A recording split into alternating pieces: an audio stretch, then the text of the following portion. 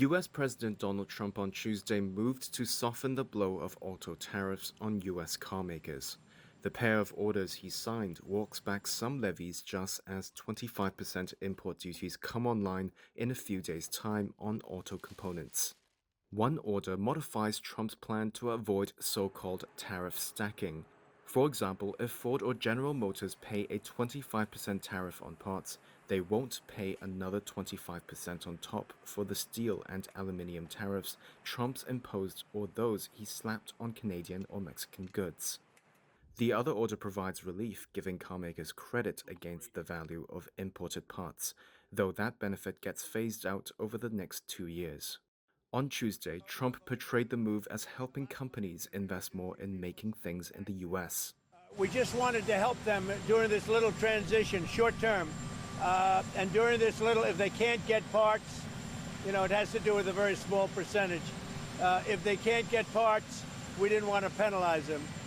And they have a 1 year period and then they have an extra year, but it's for a very, very small part of the car. Basically, they're paying 25%.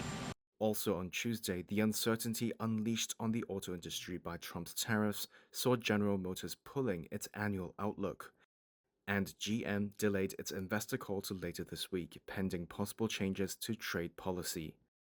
Autos Drive America, a group representing Toyota and other major foreign automakers, said Trump's new orders did give some relief, but they also said more must be done in order to turbocharge the U.S. auto industry.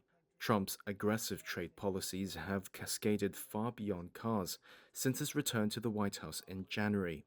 A 90-day pause was announced after financial markets went into a tailspin over fears of recession and inflation.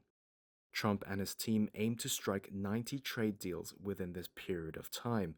On Tuesday, U.S. Commerce Secretary Howard Lutnick told U.S. media he reached a deal with one foreign power to permanently ease reciprocal tariffs, though he declined to say which country it was. Lutnick's comments did help lift stock prices and pushed the S&P 500 higher to achieve its longest streak of gains since November.